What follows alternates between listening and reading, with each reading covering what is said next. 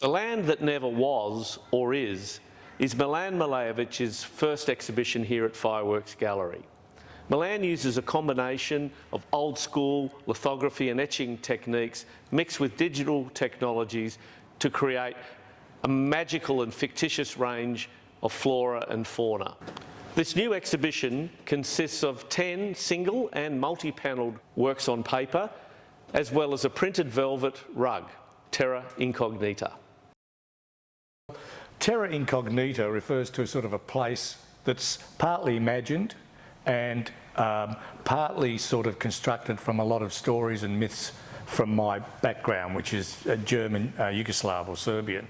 Growing up in Australia, I had stories of this homeland that existed, and in my sort of mind, I was always sort of living in an in-between space between Europe and Australia. I sort of didn't really fit in either of them, and so I started to construct in my own mind my own landscape that I could feel part of and be comfortable with. So I started to sample Australian engravings of landscapes and European engravings and started combining the landscape. So in there you'll have a particular sort of European tree, and then you might have a gum tree or whatever. And then I started to look at myself as being a hybrid, being Serb, German, born in Australia. And so then I started to look at the animals and started to sort of create these imagined hybrids, which I related to very strongly. And they were all influenced from a book by Luis Borges, who wrote a book about the imaginary beings.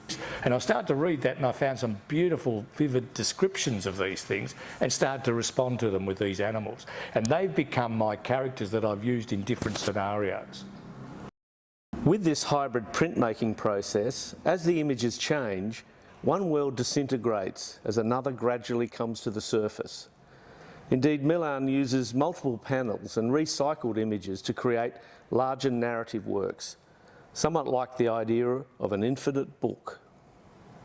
The technique, once again, it's from little engravings. So I'd have to blow these up in the computer, print them out, then I'd have to redraw them to get them clarity, then put them back into the computer. So I wanted to invigorate the surface, and that's when I started to put blocks on over them, overprint them, because I wanted to get richness in these colours.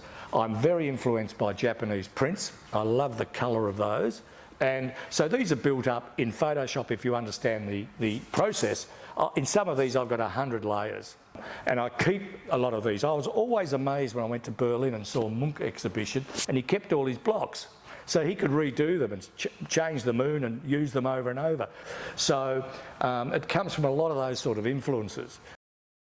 Milan has created a magnificent universe populated by imaginary figures that generate a sense of wonder for the audience.